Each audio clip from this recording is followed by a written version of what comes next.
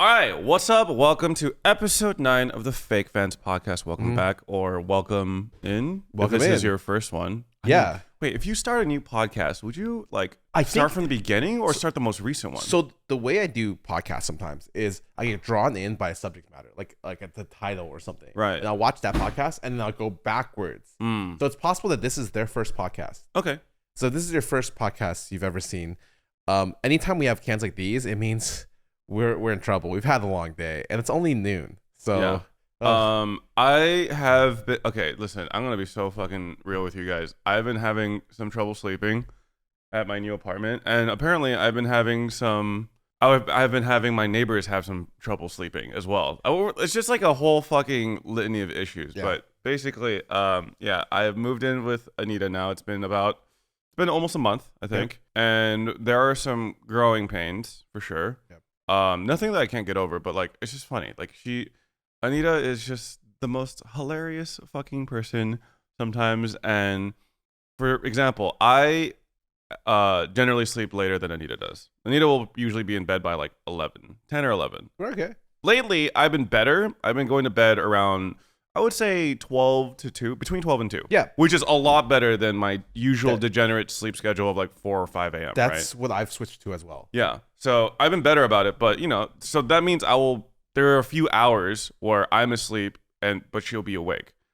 I have found that Anita has this lovely habit where when she brushes her teeth, she's still a little sleepy. So she likes to brush her teeth in bed.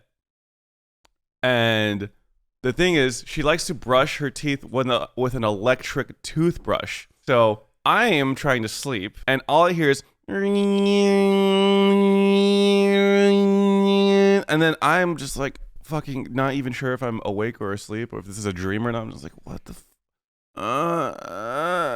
and then Anita is also like half asleep while brushing her teeth apparently because she can't hear me fucking groaning that I desperately need this fucking sound to go away from me. It's like you're getting jackhammered. Yes. And you're not. Yes. And then just fucking, I'm just like, baby, like, are you brushing your teeth in bed? She's like, oh, yeah, sorry. I didn't realize it would be that loud. I'm like, what? Dude, it's an electric fucking toothbrush, dude. I honestly, like, I've heard of some crazy. Like, I know some people brush their teeth in the shower. Mm-hmm. Really common. I've heard that before. And there's just like a bunch of things that you don't really know that is like eccentric or weird until you move in with someone. You're like, that is fucking weird. Wait, brushing your teeth in a shower? That's weird? Well, I mean, I would say not everyone does that.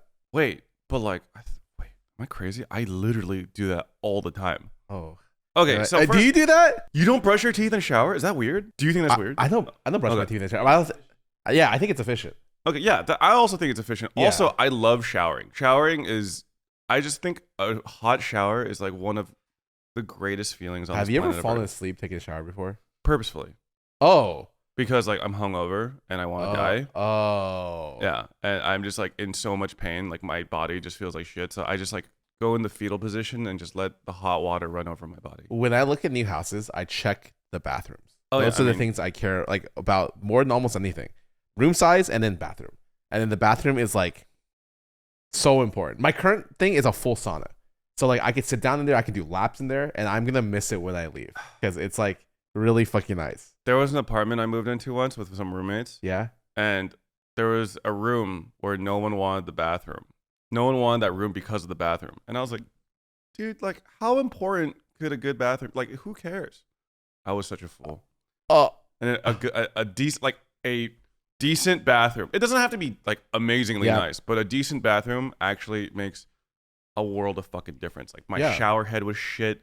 The fucking shape of the shower was bad. The sink space was off. Oh god, it was fucking dog shit. When the sink is like too off put and the like you're too like compact in the shower space and you can't like spread out, it feels awful. It is just a real problem, a big ass problem. Okay, this is like tangentially related. Yeah. But so I have like kind of a beard thing going on now. Yep. And I use like a trimmer to like trim it. So like I like having the beard, but like I trim it so it's that like scraggly and long. Yeah. But the problem is when you do that, you are shooting beard hair everywhere over your sink when you do this. Oh. So I have to just like get like a toilet, like piece of toilet paper, dab it, and just like fucking run my entire sink over to clean it. Yeah. But like I've been trying to find a way to like efficiently clean or keep the sink clean, so I don't have to, do as much of a post fucking shave clean down. I mean, don't laugh. It actually pisses me off so bad. It's so annoying. I've tried shaving like with my face like literally in the fucking sink bowl, essentially. Like right here? Yes, as close as possible, so as much of my fucking beard hairs will just like go into the basin itself and not all over the fucking sides, but it still finds a way to just shoot in every fucking direction. Well, any listeners have a solution to that, please. Yes. Oh my god, all my friends are like Asian non-beard owners. I was gonna say I've never been able to grow a beard. None of my friends have naturally curly hair, or like almost none of my friends. I do. You do? I do, but it only shows when it's really, really long. I didn't know until one time in college it grew it out for like a long time. Like naturally curly hair. Yes. You're my curly haired brother. But like you are super curly. I didn't know I was a little bit curly. Like I'm like okay curly until like it's really long. You would have no idea. Yeah, I mean it's nice having curly hair because it gives my hair some unique features. I think people are gonna call me a liar because they're gonna look at my hair and then like that's straight as fuck. But I'm telling you, I mean I kind of think you're a liar. I'm telling you, if it gets like twice as long as it now is definitely. Can you grow out your hair? No. Please. No. Please. No. Please. No. Can you just grow out one single hair that other people can't see?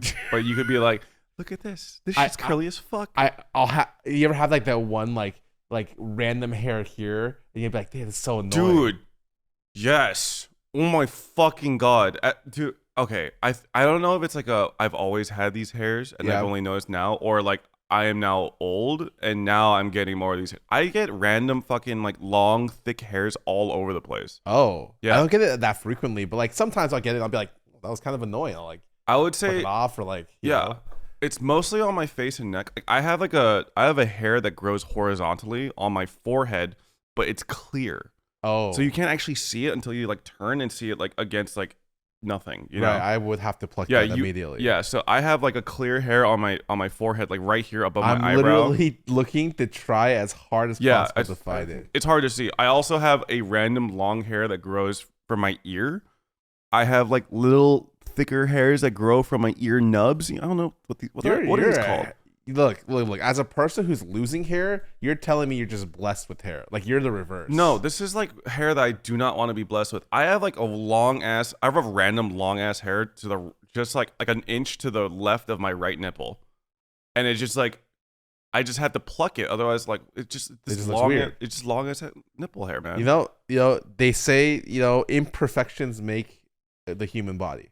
I feel like you're just like a man made of copium. Like you're able to cope your way through almost every problem in life. And you know what? I admire that about you, dude. Because I am sick of this shit. For me, I'm always like, whenever I see something that I don't like about myself, I'm like, okay, well, can I change it? And the answer is no.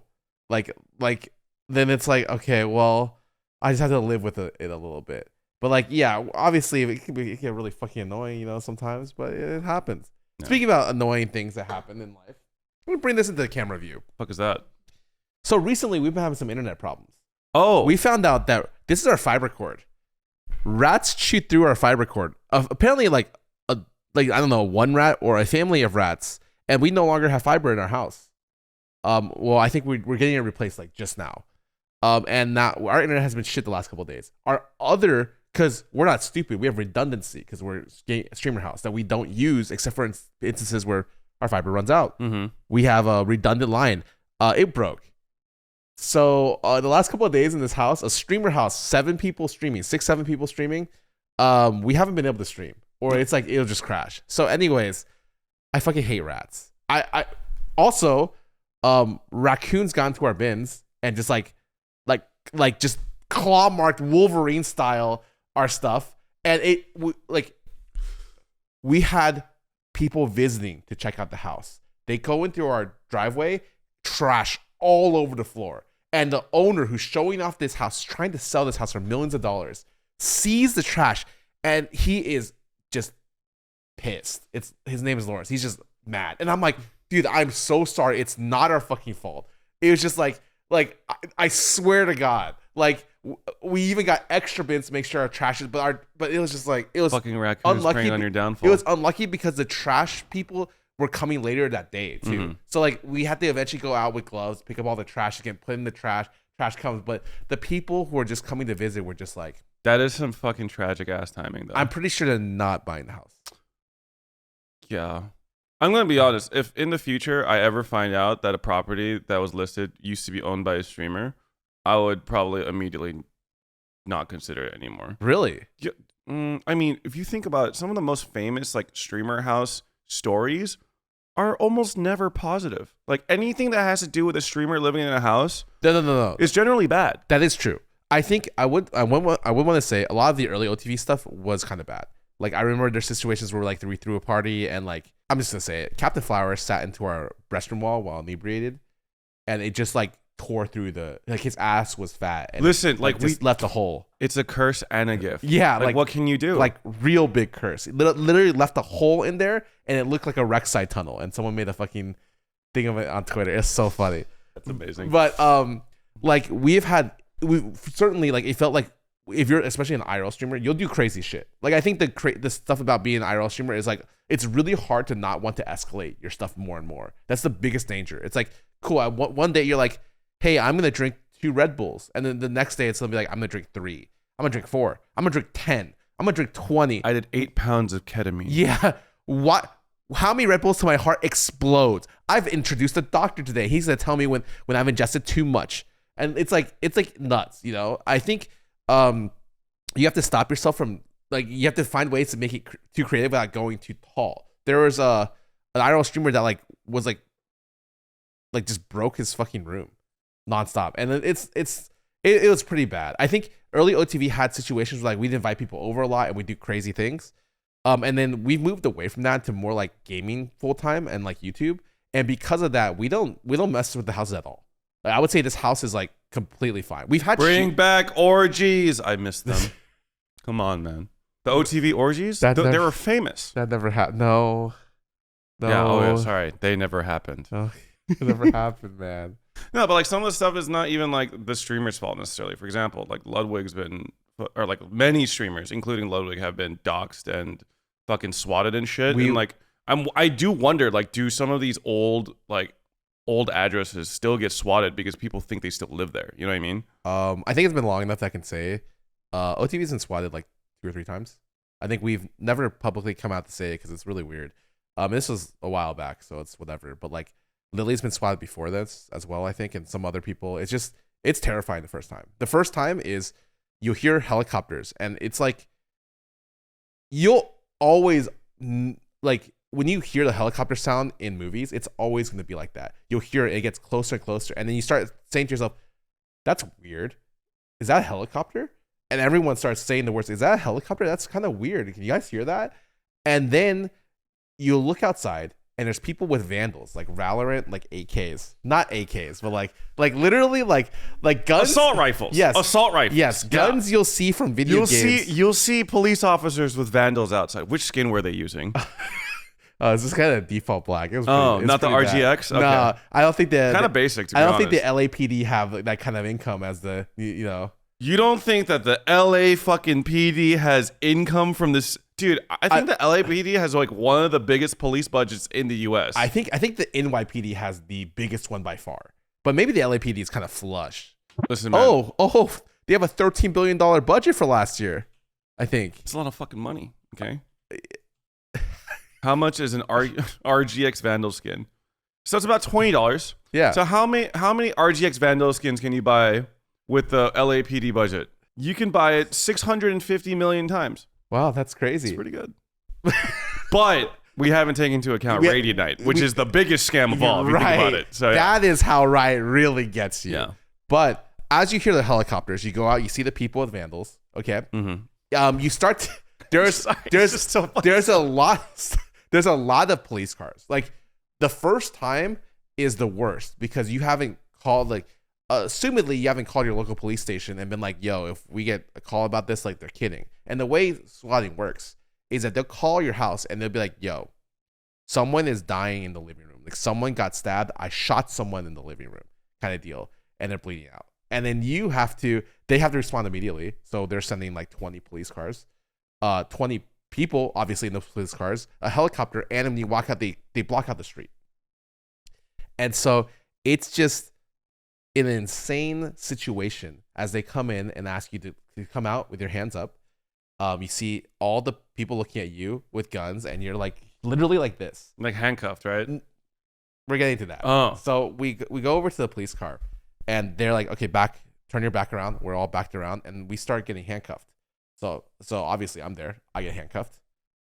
Next to Michael Reeves, he gets handcuffed, and then Yvonne's there, and they get to Yvonne, and the police officer's like, she's like looking miserable, and they're like, you don't have to do that, and I'm like, excuse me, cuff that bitch. Like what?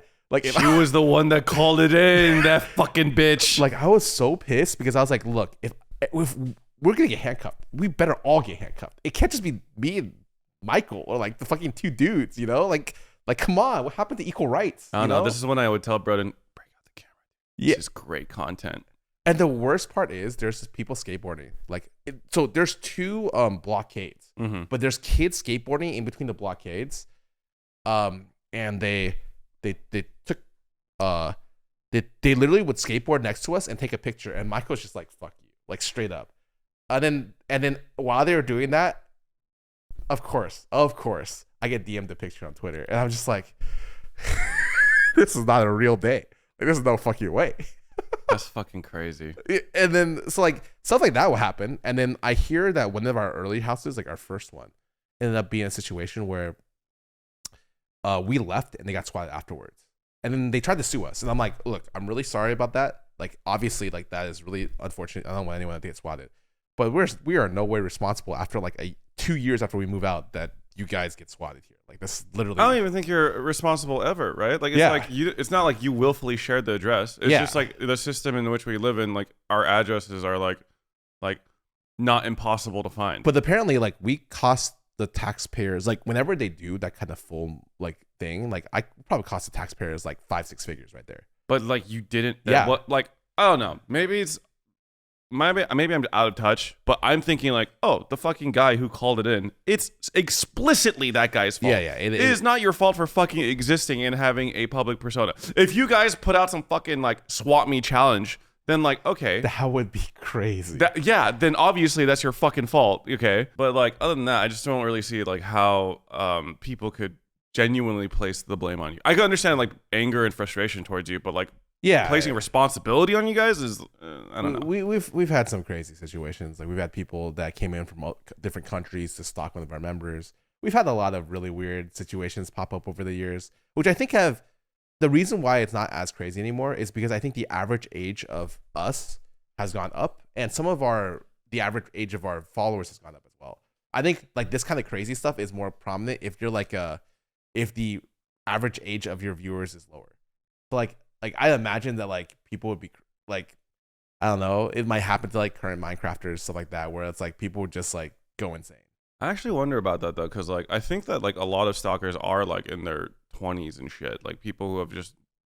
I would say like maybe like early 20s, but I think like after you get like above 30s, you have to be a special kind of crazy. Oh, they're like fucking like, yeah, I'm fucking crazy, but also like I need to pay rent, so like yeah, I don't, no, you know, like I just. It's like a lot of people think VTubers are like a lot of people get into VTubers and stuff like that at an early age, and they're like, I want to be a VTuber, and they realize it's so expensive.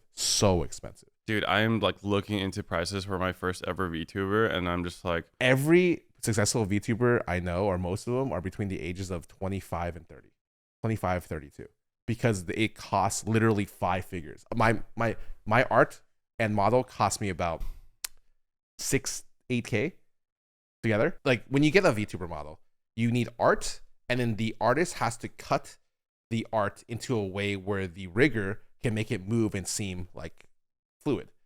So your art is custom. It usually, depending on a good person, it'll cost you between 2 to 4K. Mm-hmm. And especially if you're asking for top tier. I know some artists charge 10K. I think it's the highest I know. And riggers right now are between, I would say, 2 to 6K. So I probably paid around like 4 and 4. Rigging is like the motion, making right? a move. Okay. Yeah. So like and usually like you have like videos and assets because you're like trying to debut. You're making a big deal of it. So it's usually costing you upwards of like essentially $10,000 every time you see a new model. 10 grand. So it's like people who are not young doing this, they have to have some sort of disposable income to do it if they want to do a really good model. So a VTuber like Iron Mouse, yeah, right, who has a like new fucking model, which feels like every like week. I think she has 30 plus models. Yeah. So is she just like, is all that done in house within VShojo or? No. Okay. She hires like there's an artist like her artist eating well. I fucking bet. Her rigger eating well. I fucking bet. But their relationship between your artist and rigger like go very, very long. If you're a successful person, you always want to work with the same person. Yeah. And so that's why like people constantly have to work with new artists. It's like Drake with his ghostwriters. Yeah. I mean, like he doesn't get new ghostwriters if they work. Yeah. You know? Exactly. But he might have to now. Yeah. Maybe now. Like his ghostwriters lately probably have not been as great. Probably. Yeah. Like the fucking the Heart Part 6 or whatever the fuck. The most recent one was that shit was not good at all. Oh yeah, I really do hope that at some point, like streamers need to have beef like this, dude. Streamers do have beef. but like not with me.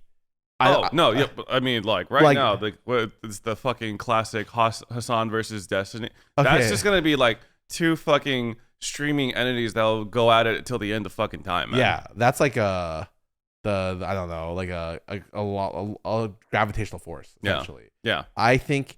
It's like, but like that's also something where it's not like realm changing, world changing. If there is one, I think drama's best when you're not part of it. That's like true. Maybe you know a little bit. Of people. I mean, I'm nosy as fuck, so I like love it. Like, ooh, why are they beefing for? What are they fucking beefing for, dude? It's human to be nosy though. Yeah. You know, everyone's got to have that. Be like, oh shit, what's happening? What's going on? I need like Kai Cenat and Shroud to start beefing for some random fucking reason. You know what I mean? That's true. Because Shroud, like, I need someone who's like.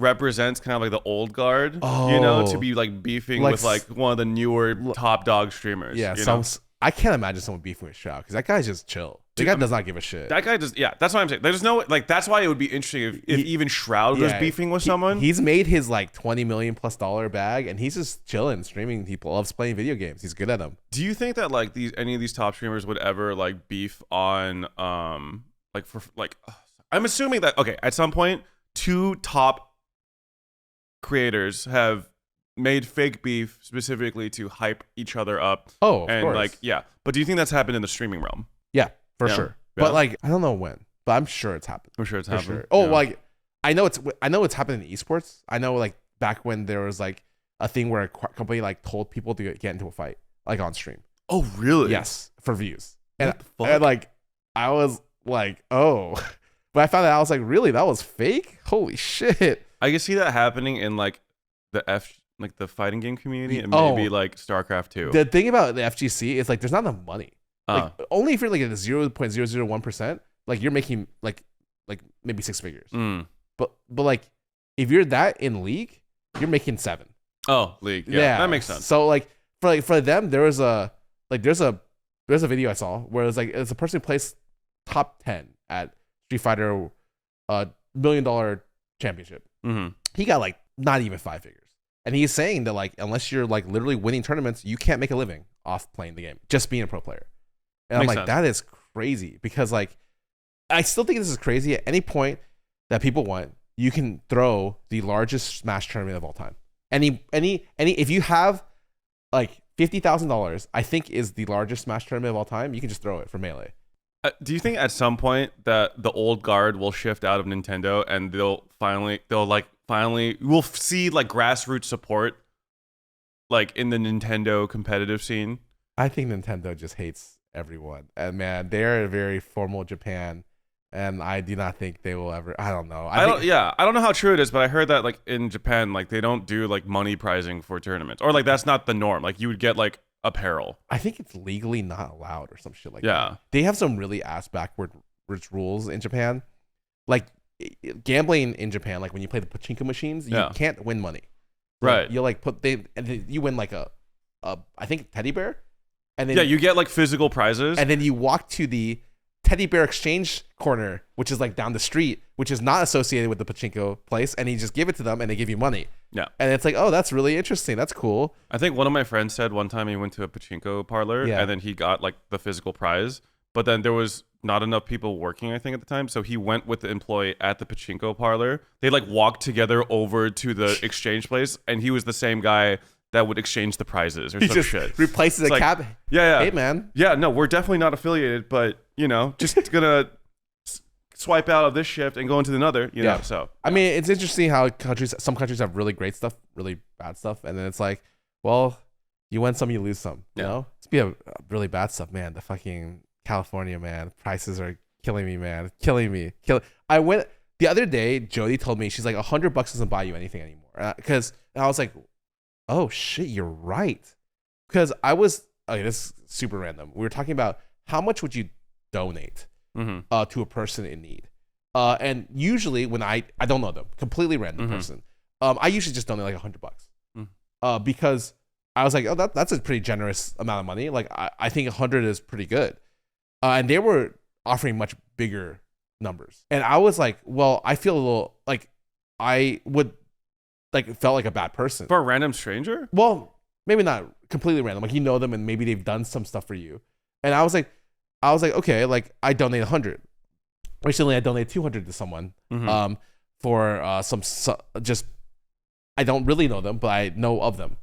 And it's like they went like all the way up to 4 figures, and I'm like, that's a crazy like 500 to 1,000. I'm like, that's a lot, like a decent amount. But then I realized that like inflation's crazy. Like you're paying so much, you can't even buy like a $10 lunch in LA. Like I mean, you could, but like you'd have to struggle to find some of that shit. Like Taco Tuesdays used to be like $1 a taco. Now they're like $4 a taco, $3 a taco. I miss the dollar menu at basically every fast food establishment. Now it's called the value menu. Yeah, yeah, it's crazy. The only thing left is the Costco hot dog. Thank you for bringing this. Are they not raising the price of the Costco hot dog? No, the like the CEO or president said he would like rather kill the company. I want to say that there was some sort of change that happened with the Costco hot dog. Maybe they got rid of the soda. I don't know. If you take it out, you pay 10 cents more. Is the only the only thing I know. But like it's bomb. It's like the best value in America. Like straight up. That's American pride right there. Yeah. Oh, okay. The change was I think that not sure if they implemented it, but I heard that they would require you to have a Costco membership in order to buy it. That's the change. Yeah. And that was like also pissed off a lot of fucking people because I think a lot of people used to just go over to the Costco food court for lunch or whatever. But I feel like that at least is reasonable. I think it's reasonable, but maybe we're speaking from a place of privilege, you know? Yeah, that's true. I don't know. I would say $100 is probably he doesn't have the same buying power as before, obviously. Right. But no, like but $100 used to feel like, oh yeah, that's $100. You know? Yes. When I got you get a bill, like $100 bill, you're like, fuck, that is crazy. But after like the last couple of years, I just went to a sushi place with Lily, and she was like, oh, this place is pretty cheap. We go in, the ramen's $26. And she's like, I don't get it. I saw the pictures. She saw a menu from 2019. Okay. And I was like, oh my God. I think it's post-COVID inflation. Like Yes. it's just like insane, but also though like living wage has not really increased as like a result. It's like all kinds of just It's like a lot of economic bullshit Yeah. going on. But I'm assuming that Jody realized $100 is not that much when she went to the Pop Mart and was like, I could only buy 7 of these? What the fuck? no, This is bullshit. it like it's really like crazy to me because like outside of food prices, I don't know this inflation because I don't leave the house much. I don't really buy many things. So it's like I'm streaming and I'm not making like more money. I made more money during COVID because streaming like popped up. Everyone made more money during COVID. So like we made less money and we're getting hit with inflation. I'm like, like don't feel bad for us. We're still doing pretty well. But I was just like, my state of mind has been adjusting to the fact that like, damn, shit is just pricey now. Like you can't make a grocery run for under 6 figures. Whoa, now. go to Trader Joe's, bro. Sorry. I mean, Did you say 6 figures? I'm sorry. Sorry, three figures. I was like, bro's like shopping at Erewhon every day. What the? I mean, dude, this is where I discovered the beauty of Trader Joe's. Everyone has been shilling Trader Joe's. Bro, like I'm telling you, Trader Joe's is the shit. They have like frozen meals, like one-off frozen meals. I heard are like the frozen meals are hit different. Like $3 to $4. Like, yes, the portions are like on the smaller side, but like they generally are like enough to get me through like a lunch or like a meal. You know? My only issue with Trader Joe's is I wish they had like a Costco Trader Joe's where like they gave you bought their shit in bulk. Because it kind of feels bad. Like, I feel bad with the amount of waste that Trader Joe's produces in terms of like, oh, this is like a single serving. It comes with a plastic tray and a fucking cardboard box for this one serving of this thing I'm going to eat. I heard their kimbap is insane. Their kimbap slaps. Anita eats, she will, okay, so Anita did this thing where she bought like 15 kimbap from Trader Joe's. Right, which used to be a ban-worthy thing. You weren't allowed to do Yeah, you that. were only allowed to buy 2, I think. But then I guess the kimbap craze ended. So when we went to Trader Joe's together, there was a mountain of kimbap in the freezer section, and she bought 12. So, or it was like 12 to 15, but I don't know, some double-digit crazy amount where we literally split it between the two of us because she was worried that they wouldn't let her buy that many. That is so funny. But even then, like, they were just like, "Oh, are you guys together?" The guy actually stopped and was like, "How many are you guys buying together?" I was like, "Oh, I think there's like 12." And then he's like, "Let me ask my manager if that's okay." He goes over, the manager's like, "Oh, manager said it's fine." So we're like, "Oh, thank God." But she actually does, when she wants to like slim down or like whatever, but she will eat a kimbap for lunch, one kimbap for lunch and one kimbap for dinner. And then she says like, "Oh, like I feel satisfied and I feel better because she's trying to go on kind of like a less meat overall thing." And the kimbap are vegan, I think. Oh, you don't want to go on the K-pop diet, which is I think one sweet potato. Is it even one sweet potato? I'm pretty sure it's one sweet potato and then like a little bit else. Yeah, I feel like it's like a bottle of water and some trainees' tears, you know? So yeah, dude. Just bottle up that New Jeans tears, right? Yeah.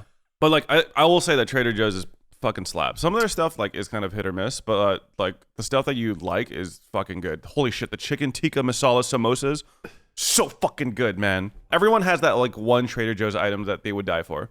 That is great. I will just say this. I have never shopped at a Trader Joe's before. Or I would, or like maybe if I have, it's been like once ever. I don't remember it. Dude, what? And my household, like we live next to a Trader Joe's. Okay. And my household goes to Trader Joe's every week. Okay, maybe I'm showing too hard.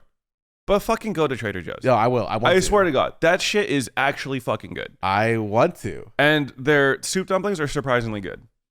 Okay. But once again, it's one of those things where it's like 6 in a tray of plastic in a cardboard box, and it's just like, why does this have so much packaging? Why don't you just give it to me in a big ass like plastic bag or something, you know? But it's good. Okay. Yeah, highly recommend. But yeah. Oh, and luckily Jason brought up something that I wanted to talk about before, and I completely forgot. So let's talk a little bit about the book club. 2 episodes ago, we were excited to announce the book club, and then you might be surprised by the episode with Broden having no announcement of the book club. Okay, so we'll just be frank with you guys. When we decided to make the book club, we were like, oh shit, we want to do like a guest every other episode, which is kind of weird if we bring up a book club because most of our guests probably will not have read like whatever we're reading. It's hard to us to force guests to read stuff, and we don't want that. We want the guests to be pretty much like they're already coming in to like do the podcast. We want them to be pretty chill. Yeah. So like whenever we have non-guest podcasts, we'll bring up the book club. Yeah. So we're the cadence is probably going to be every other pod is going to be no guests. Yes. Which means that we'll bring up the book club every other week, which I think is like honestly a decent pace. Yeah. So, we might even increase the amount of chapters. I don't know. Maybe we'll see. We'll see. Because our first thing is Centuria. Yeah. Which you made fun of me for saying Centauria. Yeah, you keep saying Centauria. It pisses me off. And it's going to be really funny when it turns out it's actually pronounced Centauria and you're going to rub it in my face. So fun fact, this author is really popular on Twitter. Oh, I didn't know that. Oh, he's really active on Twitter. Oh, I mean, actually, I found that a lot of manga artists are super active on, like Japan still loves Twitter. Yeah, and I mean, I also think Japan Twitter is probably like way fucking better. Chill, yeah. Probably. Like they don't fucking like do random shit. They just make art. It's all cool and stuff. Mm-hmm. This is completely ignorant. I have no idea what they do in Japan Twitter. But for me, I'm always like, oh, they're probably just doing art of random things. It's actually funny. When I was in Japan, I had a fan who was visiting Japan at the time meet up with his Japanese friends, like people who lived in Japan. And he was just like, oh, this guy's super famous. He's pointing to me. And then he showed them my Twitter. And my Twitter has like a lot of followers, but it's actually not realistically indicative of my actual current popularity. Right. Because that was like some Among Us era COVID like level. Right. So like they'll see like hundreds of thousands of followers, right? And then the people from Japan are like, what the fuck? This guy's like omega famous. What the? Because by their standards, in Japan, if you have hundreds of thousands of followers, you're a celebrity. Like you're super well known. Like you would be like an A-tier mangaka. Yeah, but like I don't want to have to like explain to like my fan. It's like, hey man, can you like tell them that Yeah, I'm not actually like I think like for it. 80% of these followers bots. are like aged out of Twitch now and don't really fucking follow me anymore, and I don't really get the same engagement that I used to. So instead of doing that, I'd be like, okay, yeah, what? So I just had to roll with it. But like inside, I was fucking dying when he was saying all that shit. That sounds a little bit of imposter syndrome, man. You should get that looked at. We all have imposter syndrome, to be fair. So whatever, man. I think it's the most common thing for streaming. But back to Centuria. Well, so wait, so you were saying he's really active on Twitter? I was told that. I looked and I did see 1 or 2 of his posts, but I wasn't sure exactly how many. So the manga is Toro Kuramori. Kuramori? Yes. And it is a, how do I say this, eldritch horror type manga. When the time we told you guys to read it, it had about 6 chapters. I think it's at 7 now. It's at 7 now. It's a weekly, and it's probably one of the most interesting weeklies that is going on right now. Obviously, there's a thing where he used to be Fujimoto's assistant. Every Fujimoto assistant has had a very popular, crazy, was pretty crazy, successful manga. So like, I don't know if it's hit, like he's got like the touch of gold, or his editor who looks at these guys, who finds these guys, is like just a genius scouter. My assumption is like people just have like so much fucking respect for Fujimoto and just like want to work under him, and there's like a lot of competition for it, so they're able to like pare down the flock until it's like something like just like people who shit out gold. So it's crazy because it's marketed that way now. Like when you read something, it's always like, this is a crazy new manga from Fujimoto's assistant. That's actually, honestly, it works though, because every time I'm just like, ooh, Fujimoto's assistant, I'm fucking in. That was the hook for Danadan. Yeah. It's like, you won't believe Fujimoto's assistant wrote this. And I'm like, do I care? And then afterwards, like, okay, I gotta care. This guy, okay, they're kind of good. I think I actually like Dandadan's, I think I like Dandadan more than I like Chainsaw Man. Like the peaks of Dandadan. Oh, I think it's at the point where you can say it is just crazy. Yeah. It's so good. Have you read the most recent chapter of Dandadan? No. Dude. Broden messaged me. He's like, did you read it? I'm like, no. Broden messaged me and he was like, dude, the most recent chapter, bro. And I was like, yeah, it's good. I'll say one thing. Okay. Not a single word is uttered the entire chapter, I'm pretty sure. But it's like, it's such an like emotional journey. In one chapter. I love that. It's so good. Not a single word. But it must be hype. It's just like, I'm just like in bed, like just fucking like Anita's like snoring next to me. I'm just like, fuck. It's so good. It's so good. I'm gonna be honest. This most recent arc of Dandadan for me has been a little bit of a slog, but it's like, damn. I was just like, okay, yeah, this shit still fucking hits. So yeah. But back to Centuria. Sorry, back to Centuria.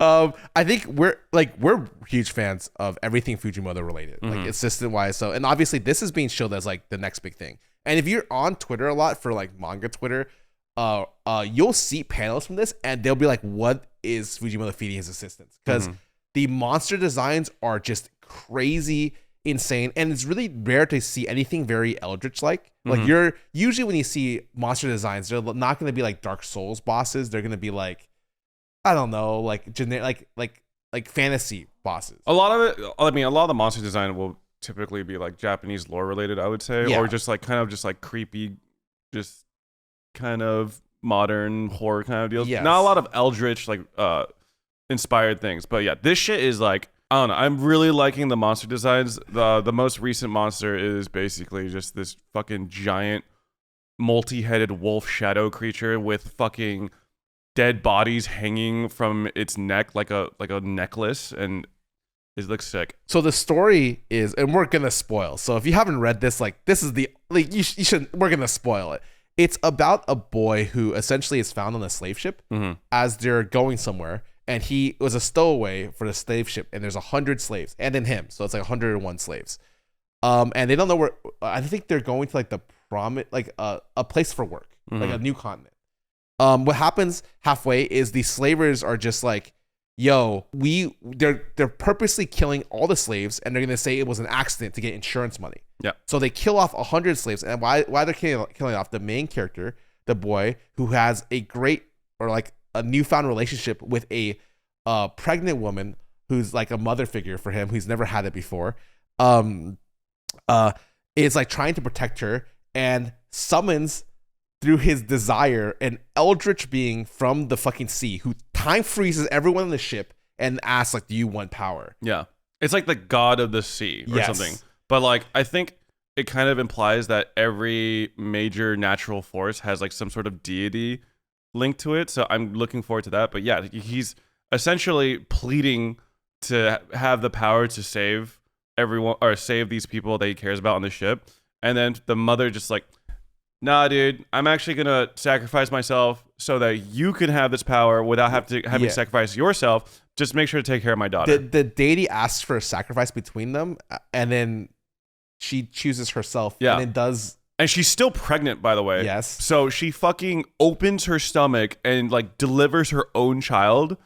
And yeah, it's fucking crazy. And the story afterwards is that he gains the power of 100 slaves. And then which means he has 100 extra lives. Yeah.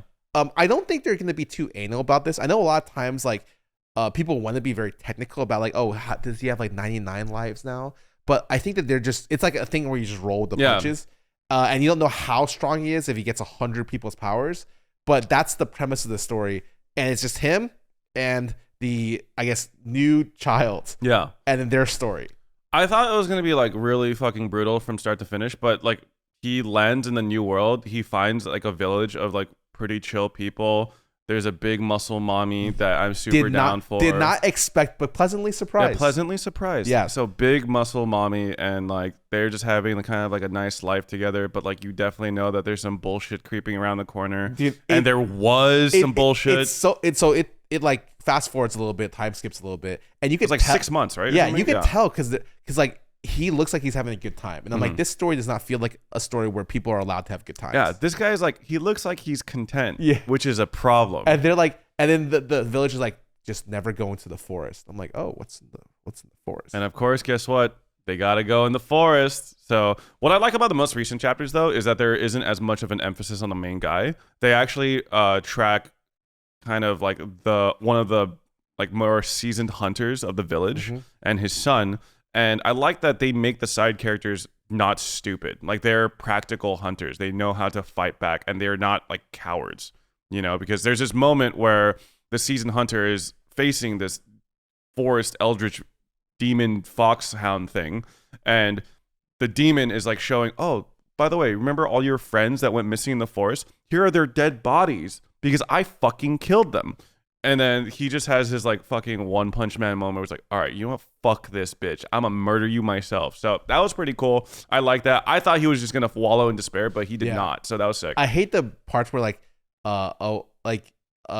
villain shows his power and the people are like, no, man, the aura is too strong. And they just sit there and the main character's just by himself with the sword or something. It's like, okay, man, like I know where this is go, but like, okay. Yeah, I was actually not expecting them to like actually put like emphasis on any of the side characters. So it was really cool to see. So this is like what I would consider to be one of the best running new manga. I think it's really hard to recommend manga that's less than 10 chapters. Yes. I actually, if you're not an avid manga reader, I would be pissed if someone recommended me a 10 chapter manga. And I literally do it all the time. I had someone recommend me a 2 chapter manga before. That was me. That was literally me, I think. There was The Pool. Like a fucking viewer recommended, or one of the listeners actually, I said a viewer, fucking cringe. One of the listeners recommended The Pool, which was made by the guy who did Ajin. Right. And I was like, oh shit, this premise is so sick. 2 chapters. And I'm just like, I'm a flip this goddamn table, dude. Are you kidding me? You got it. Like, especially when I go to my people or my friends who are who are more casual readers, I'd like to at least recommend something with 60 plus. Yeah. And like if it's not finished, I will like balk at recommending sometimes. But even then, it's like sometimes I just exactly. There's some people, some of our friends are like surprisingly avid readers. So Jody, for example, if you give her a series that she likes, she'll devour that shit in one night. Celine, the same. Celine's great because it's so funny because Celine would have a completely normal sleep schedule if she didn't have wouldn't get hooked on things. I think every time she's gotten hooked on a TV show or like a K-drama or like a video game or something that she reads, it's literally on her Twitter, you're like, I was up till 6 a.m. I'm like, dude, yes, Celine would have a semblance of a fucking normal sleep schedule, and then all of a sudden, okay, usually I discover this because I ruined my fucking sleep schedule. I'm on my 13th game of Hearthstone Battlegrounds or some bullshit, and I'll just see her tweet out like, can anyone tell me any manga that are similar to fucking Apothecary Diaries or Freerin, please, because I'm in need. I'm just like, oh shit, we've ruined her life again, dude. I always find it a little difficult to recommend new people stuff, so I like to try to keep like new, like short, ideally short, and like fully completed. Like recently, I've been recommending the like Look Back, the Fujimoto one shot. Oh yeah, because it's really really nice and like condensed. It's a one shot, so it's okay. Yo, you're just really coming in with fucking Look Back, bro. I mean, it's good, but that's just kind of like, hey man, you want to be depressed for like 3 hours? I got you. But some people just like the good story. Yeah, It's I get fucking it. good. But like, okay, so like let me clarify. A one shot is like a full story in like one like chapter usually. Mm-hmm. Usually.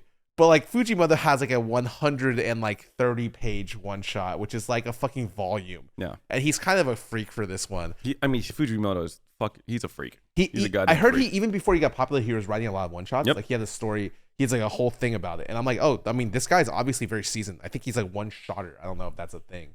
Bro, I have like a love-hate relationship with one shots because there are so many times where I'll read like a 20-page one shot, be like, oh, this is pretty fucking good. I can't wait till the next chapter. It's a fucking one shot. I'm like, oh, fuck me, dude. And then sometimes they actually do serialize the one shot because of how popular the one shot is.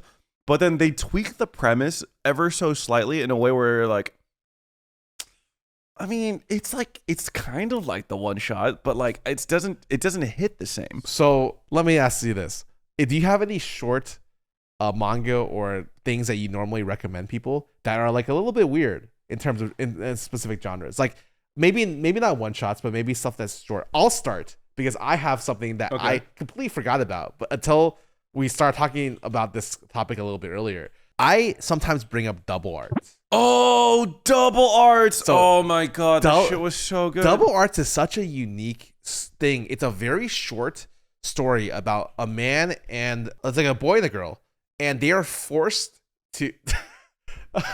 Is it the girl has the power to heal, and the boy is afflicted with a disease, like essentially. It's made by the author of Nisekoi, I think. Yes, it is. And what happens is they're forced to hold hands, or else the boy dies. And so it's like kind of like an action shonen a little bit.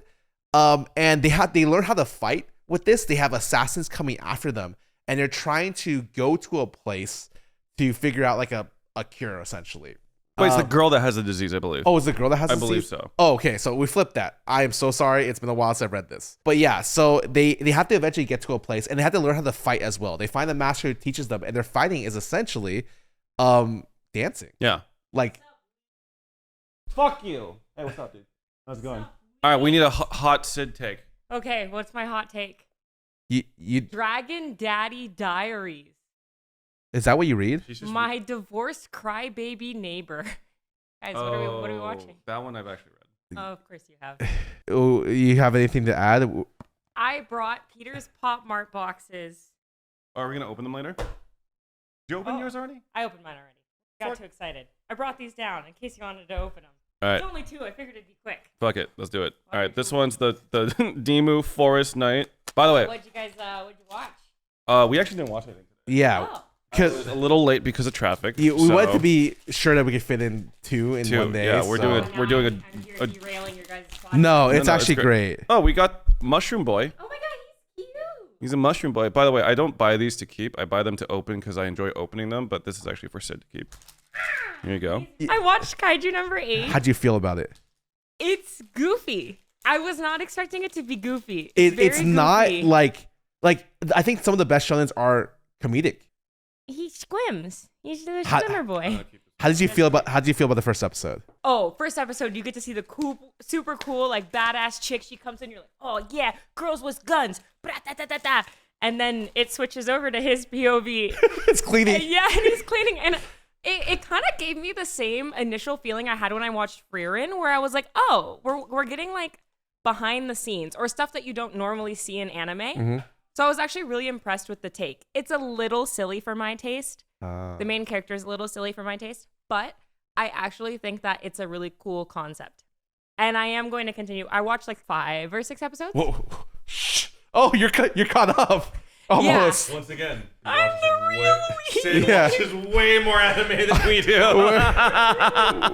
We're struggling to like watch one a week, and then you just come in, you're like, oh, I watched everything. Yeah, I just like watched 6 episodes, bro. Are you fully done with Shangri-La?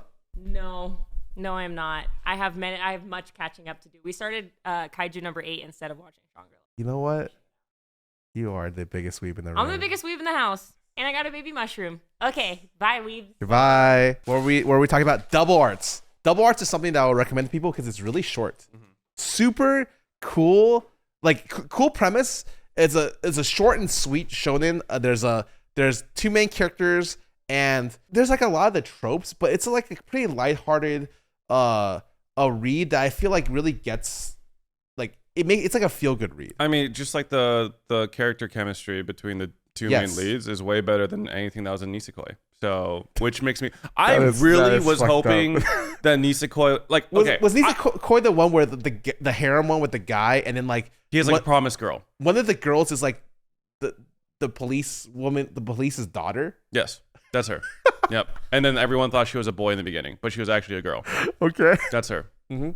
I read that series 3 times, even though I didn't like it that much, because I think that author does humor pretty well, and like and character expressions really well. Okay. So that series was good, but that series also cucks you because they do the thing where like, first of all, they didn't even show. I think it's been long enough that I could like talk about the ending. Yeah. They don't even show the kiss between the is main character and the main love interest. Off. So it like zooms out, and I think there's like, I forgot what it is. It might be like a flower petal or something, but it like blocks them kissing. And then also it like fucking ends after they kiss. Oh wait, so there's no like fast forward epilogue where they're married, or maybe there's a fast forward epilogue. I don't remember, but like they definitely don't flesh out their like post confession relationship, which is like, I think at this point, go fuck yourself. So yeah, I've said this a million times. I'm fucking sick of this shit. I want to see you guys get married, have babies. I want to see all of that shit. even fucking Solo Leveling had an epilogue where You they know, I never read the epilogue for Solo Leveling, I think it's nice. It shows like their relationship. It shows his son. This is a little bit, which is like funny because like I don't ever think they even showed that they got together in the main thing, right? It was just like implied. no. They get together during the epilogue. Oh, okay. I know that they have like A little bit of a. a spoiler. I'm so sorry. It's actually a pretty big spoiler. I We might need like a yeah. Solo-Leveling spoilers. Editors put that one in, Yeah. and that's on my bad because it's an ongoing anime. I apologize for Yeah. that. No, it's okay. We'll just put alarm. Okay, but yeah. So that's your recommendation. Yeah, I mean that's.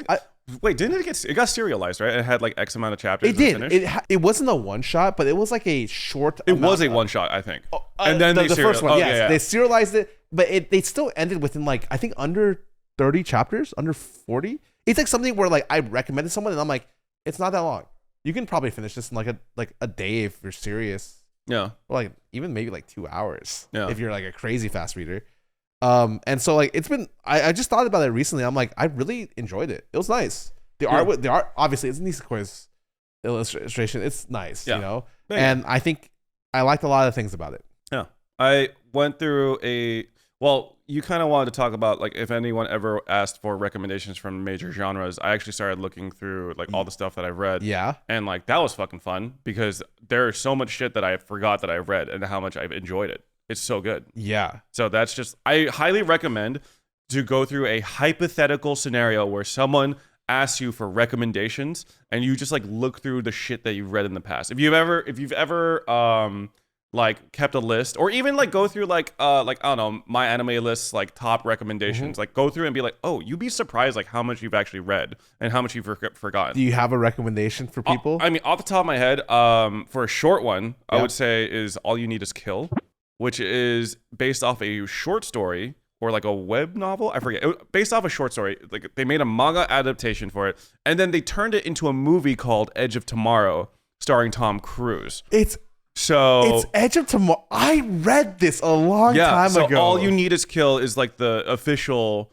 Well, I think it's the official title for it. Yes, I And, remember this. Yeah. So the artist for it was actually the guy who did Death Note.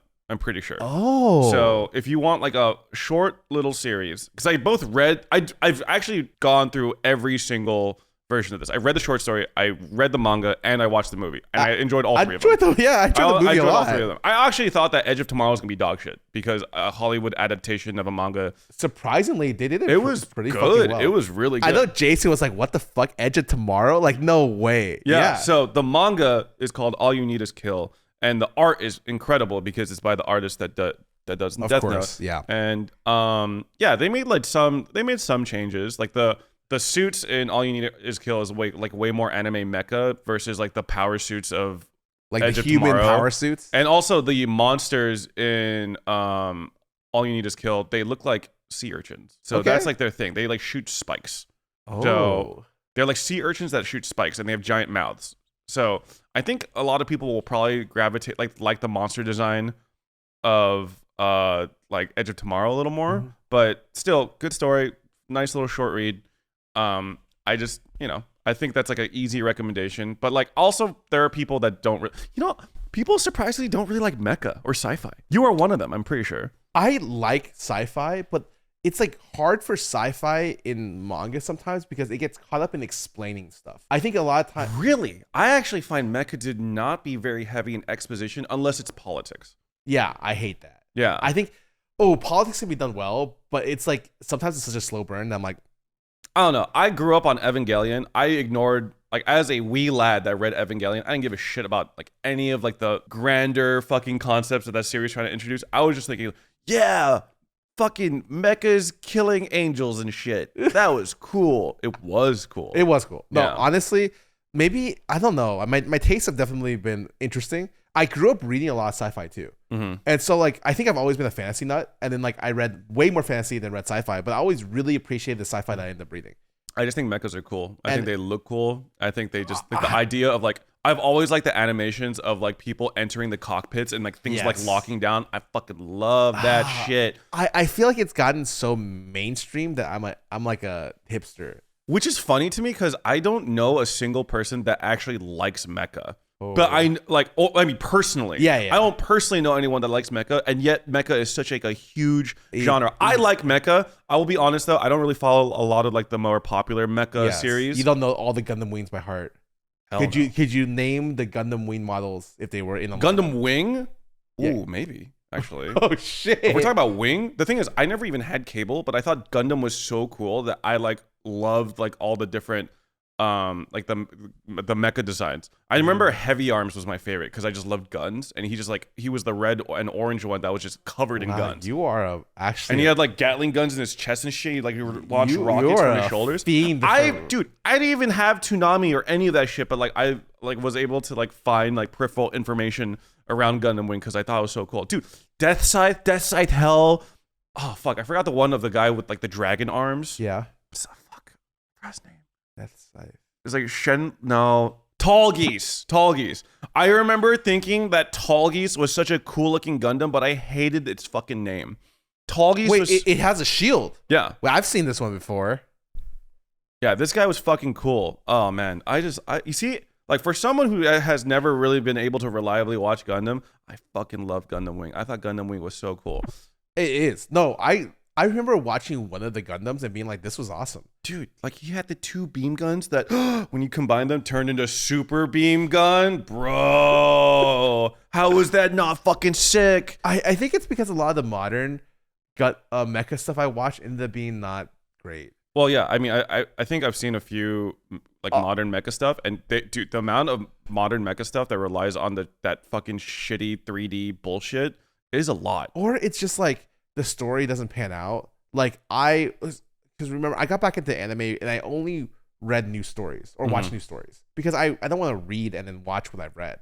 So like I'm excited for stuff like I'll Noah Zero. And it's like that's one where like maybe it started okay, but it ended up just being like bleh. I don't know. I think But the soundtrack was banger. I definitely think Soundtrack that was my sick. childhood affected my appreciation for mech because I used to watch VHS tapes of like Macross and Robotech, and like that made me really like those fucking jets that turned into robots and also huge alien mommies. And when I'm talking huge, I mean like they were like fucking gigantic women. I would need a visual I'm a visual learner. Can you put that on the screen? Yeah, so some of like I remember there So was like wha- an enemy alien race. What would you Google for this? Is it Macross alien women or something? Macross. Macross. Yes. SS. Alien women. Yeah. So I don't even know if they would show you the scale though, but oh yeah, I think the fourth picture would. The fourth one, That one. number 4. So that's like the scale. Like that's how big the alien race was compared Oh to my the god. regular humans. So I think like look, I mean even the third one. Look how big that woman is in like the asteroid field. I thought that's she's like, huge. That's like a representation. That's like a real scale. No, I think it is real scale, and I think these alien women, like for them, the mechs were like just like bodysuits, but for like humans, they were like gigantic robots, and that's how we fought them. I see. But I'm pretty sure Macross is an idol anime. What? I'm not even kidding. I'm pretty sure Macross. You see, like as a kid, I don't really understand the story and stuff, but I think I remember like reading like a year or two ago that Macross is like something about like the power of idols singing like strengthens their power. I'm not even shitting you. You know what? I'm not surprised. I think that some of these genres are best when like you think it's one thing and it goes another way. Yeah, I'm pretty sure Macross is like a mecha idol anime. Yeah, and Attack on Titan is just a mecha Flesh suit mecha anime. Yeah. Yeah. Exactly. Yeah. So if you think about it, the fleshy giants from Attack on Titan are just like basically mecha Tenga. Yes. No, maybe. You definitely lost me at some conversion there, but I'll give that to you. I was just trying to find a way to say Tenga because I think it's funny to say. But yeah. Yeah, dude. Look into Macross. I'm pretty sure it's an idol anime. Don't search that one. Don't look up Tenga. You know, I just have one of those in my apartment because I went to Japan and bought one for, I think, Abe. Someone gifted OTV 10 of them. Oh, that was me. Unless that was another person. It might have been you. Okay. Was it like in a gifting thing? Because I definitely brought back a fuck ton I think we still have a Tenga above our fireplace. That's me. in the living That room. was mine. That's the one I gave to John. Completely unopened. Yeah. Not used. Fucking bastard. And the funniest thing is we put a Zelda thing on top of it. And someone came in one day and was like, oh my God, did Tenga have a Zelda collab? And I'm like, honestly, like, I was like, no, but that's so fucking funny. Like, yeah. that would be fucking good. That would be, I mean, I guess I've seen crazier shit. You can see it. Wait, does Tenga actually do like collabs, you think? Tenga and Keith Haring. Who's Keith Haring? I have his he does rugs. They do rugs. Oh, it's this guy. Yes. It's the dude with the shaking dancing people. Yeah. He did a fucking collab with Tenga? Bro, based. Oh, wait, they did a Tenga collab with that dude with the cat that like was a Rip and Dip? That is so funny. Isn't that Rip and Dip? Yeah, I don't know what it's called, but I know what you mean. It's Yeah. like the silly cat. It's the fucking cat that flips Wait, people off. there's like a Gundam Tenga. There's a Gundam? Oh, I Oh mean- my god. Wait, yes. Can you go down into Holy shit. That's Yeah. not Gundam, but that's fucking, oh my god. It's that one anime with the mechs, which is not specific at all. Wow, that's cool. Anyways, it's crazy what Japan has. Like, I feel like some of the times I think Japanese merch just gets to a level where American merch can never compete. Have you ever used a Tango before? No. But like, it's not because I'm like, I would feel a little weird, but I also feel like I shouldn't be ashamed, you know? Yeah. Like, you try everything once. Yeah. What's the difference between jumping out off like a fucking plane and skydiving and trying Tenga? There's a Tenga in the living room right now. I would save that for our Next podcast. And That we're shooting in 30 minutes. Yeah. So you'll have an answer for that. which also, this is a great time to talk about where content like that would live, because it would live. We just started our YouTube subscription for Oh, we did? yes. Let's fucking go. So it's called YouTube Premium. Yeah, we like to shoot a lot of side content that we're gonna, have under the premium brand. But I know we were debating whether we do bonus podcast content locked behind YouTube Premium, but we decided that like I would prefer if we just had all of the podcast content Yes. available for free. Mhm. And just like if you like the podcast content and want additional bonus stuff, it'll just be like other stuff that we shoot on the side that's not podcast content. It'll be stuff like how we came up with the name, or things like usually we'll The always watch-alongs would be the most basic, Yes. or not the most obvious, but yeah. Some of the watch-alongs have been hilarious. The one with Sid has been really fucking funny. Yeah, holy fuck. The fucking No Game No Life watch along with Sid was incredible. Highly recommend. But yeah, so we are delving into YouTube Premium. If you'd like to support us additionally on top of like just the regular podcast stuff, yeah, maybe check it out. Yep. But yeah, holy shit, you're gonna try that Tenga later, right? Yeah, no, for sure. But it's John's, so I wouldn't want to. It'd be like I don't think John would mind. I think no, he'd be okay with partying. I think John really likes keeping his stuff in certain places, and so like maybe he'll want to use it later, and if it's like moved, then he won't. Well, if he uses it later, maybe he'll find a nice little surprise in there. Oh my god, Jesus Christ! Well, we got the title. Scarra tries a Tenga. Fake fans. Oh Boom. my Nailed god, it. we are not Fucking using nailed that it, as baby. the title, man. Yeah. Do you have any last thing you'd like to recommend anyone? I know you went through a lot of titles. Oh, They don't man. have to be long. I made like a fucking decently sized list, and not even every like genre, but when I was making this list, I kind of tried to avoid stuff that people would. Yeah, like you wouldn't recommend. Have you ever read Full Metal Alchemist? Naruto? Yeah. No. I don't even know if I'd recommend Naruto. I'm gonna be honest. I think the original. If you had time, maybe. I think the original I would recommend. I would recommend the original, but I would also understand if people didn't finish it. Right. You know? Yeah. Okay. You know? Any obscure one? A little bit obscure.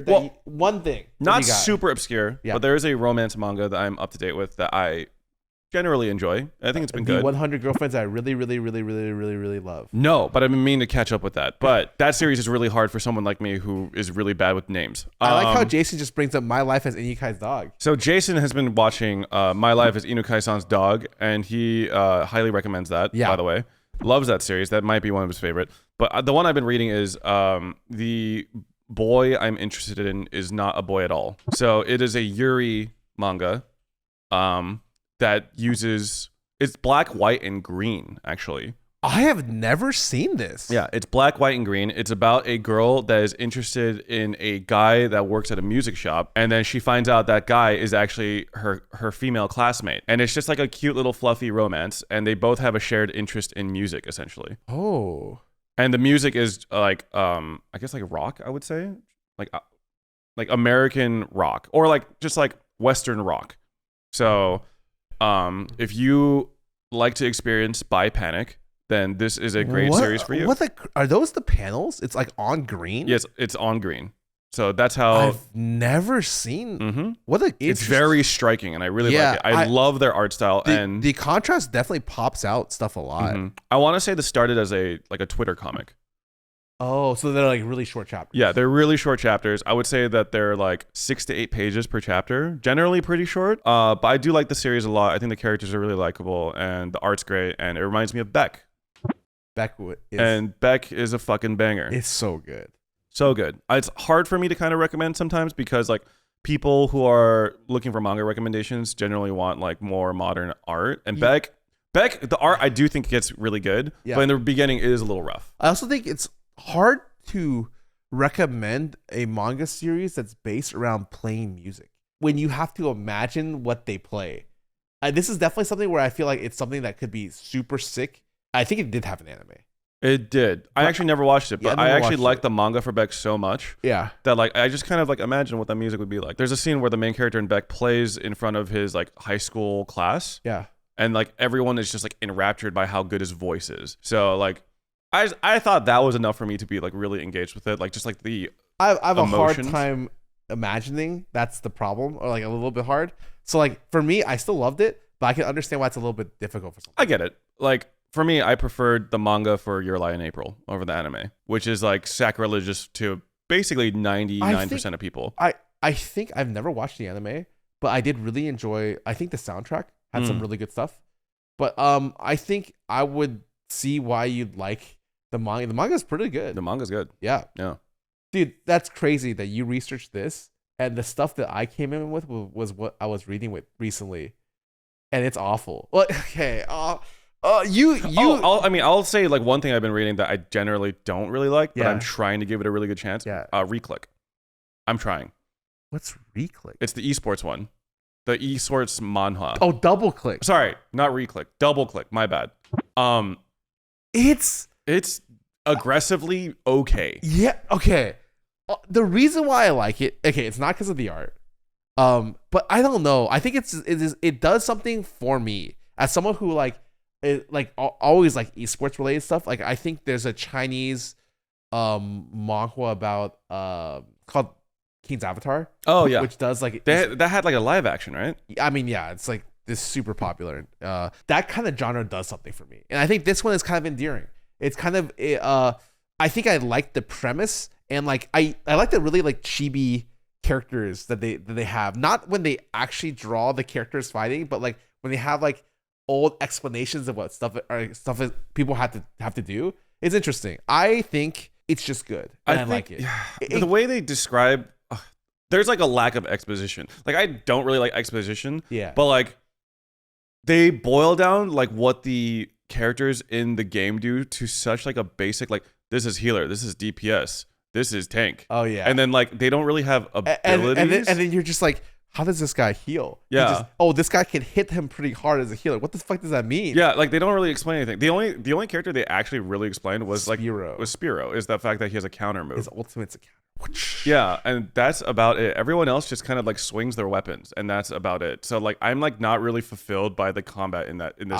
For manhwa. me, it's just like a feel good thing. It kind of reminds me of Eliseed right now. Where like, I'm reading it, but Eliseed's art's way better. Eliseed's art's way better, and I think the humor is way better. I don't really think. There's not much humor in here. It's like non-existent. I agree. I you know what? I will give you that. I don't think it's that good. Double Click's humor heavily relies upon references to memes.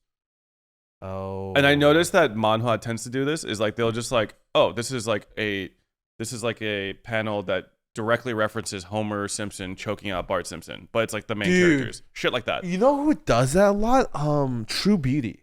Oh yeah, no, I just think manhwa in general does it. Like after reading like they do like meme faces, a lot of meme faces. I noticed this the most during that. Reading that, I was just like, huh. It's either like you're solo leveling and everything's fucking edgy and shit, or well, I mean, I guess solo leveling. I mean, okay, sorry, I should give solo leveling a little more credit. Solo leveling actually has decent humor, where especially when it comes to like the shadow monsters. I think the shadow beings have the most character in terms of humor. But outside of that, there's not really too much. But like, yeah, in other manhwa I've read, they tend to very heavily rely upon meme references, which are funny, but it's just like time and the place. I think. Sometimes. I think it's overused. Okay. I think it's like I wish it was funny outside of that. But on the topic of things that I'm reading that aren't that good, you caused this. You're the problem. Okay, it's not me. What the fuck did I do? So you were the one who was like, yeah, I really actually like Villainous and Princess. That is not my fault. We all know that there's a tons of fucking garbage in the Villainous genre. So I started reading one, and I read one and I fully finished it. The Invincible Princess is bored again today. And it's just like, I thought the beginning of it was pretty good. It's essentially like this princess who's done it all, who was like the best swordsman in the country, became emperor, killed everyone who was, or like essentially humbled everyone next to her, had no friends, but like did everything accomplishment wise, gets reincarnated, and she's like, I've done everything. What do I want to do now? And then she's like in a loving family who loves her, which is cool, and she sees her brother, she's very small, her brother being instructed by a really shitty sword instructor. So she's like, okay, never mind. Now I know what to do. What I want to do, I'm gonna be a sword instructor for my brother. And I'm like, oh, interesting. Okay, best sword person ever used to be the emperor, now sword instructor. Interesting premise. I kind of like it. I mean, I'm 10 chapters in. I'm like, oh, I kind of like it. It's kind of interesting. Okay. And then 30 chapters in, I'm like, fuck. It turns into a very generic story. It turns into like the third prince who's going for the crown comes in and becomes her love interest, and then she trains him as a sword instructor, and then they start catching feelings for each other, but like she's not sure what to do about feelings because she's never loved before. And I'm just like, I have read this premise 20 fucking times, pretty fucking generic, and I cannot stop reading it. I'm fully caught up. I'm like 70 chapters in, and I can't stop. It's not good. It's aggressively mediocre.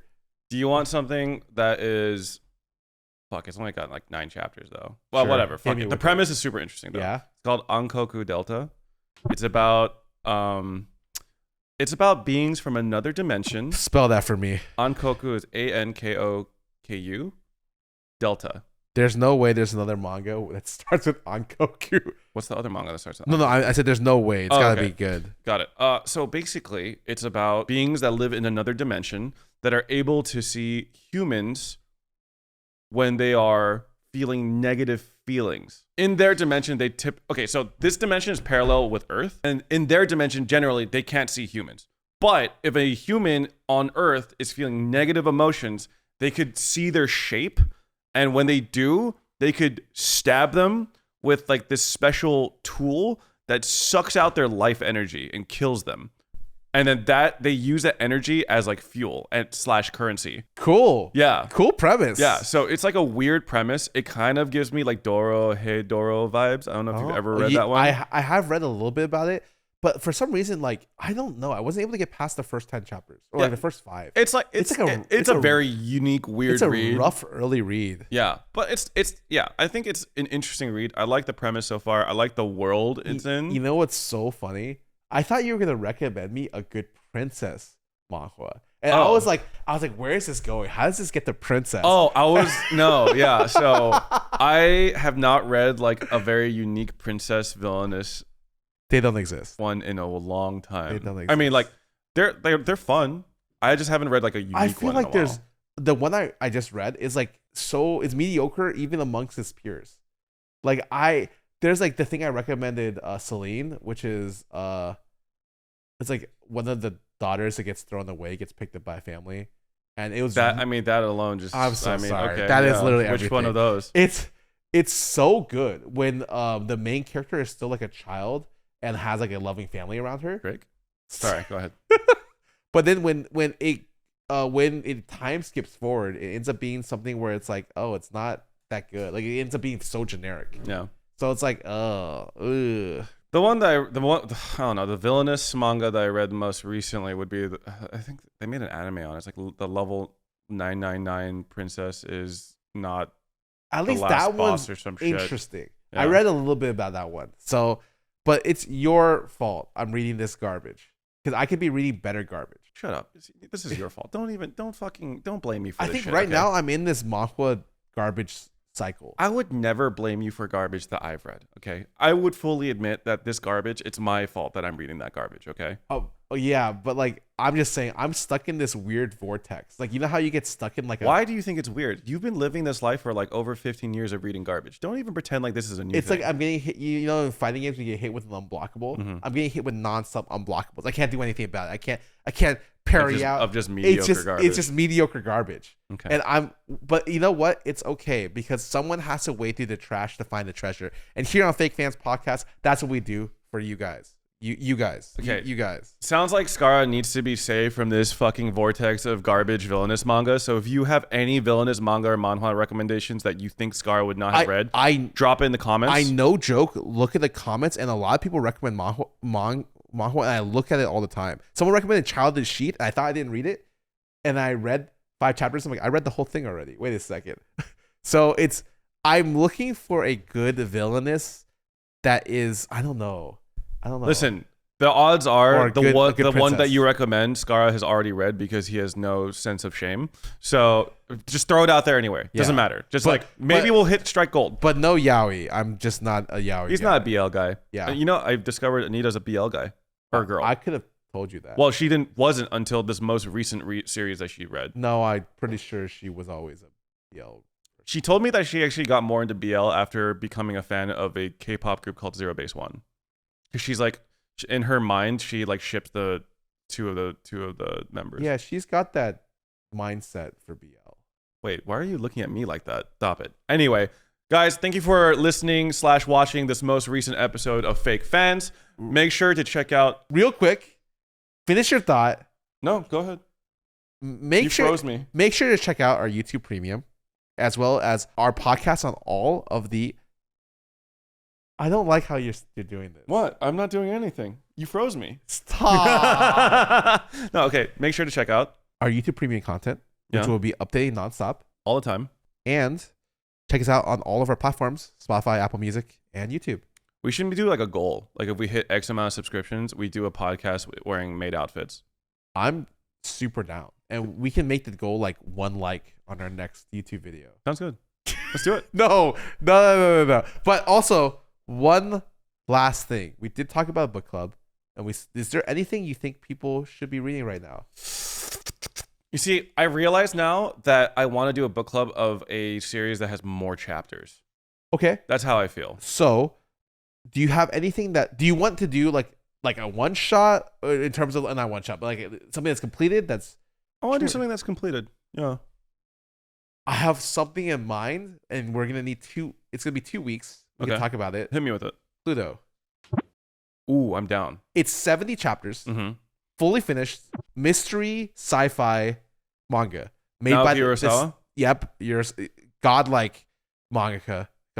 He did Monster, which is considered to be one of the best manga of all time. Yeah, isn't he like a Pulitzer Prize? He like won some sort of fucking prestigious award So, for Monster. I'm pretty sure. Pluto is like his venture into sci-fi, and it's really fucking good.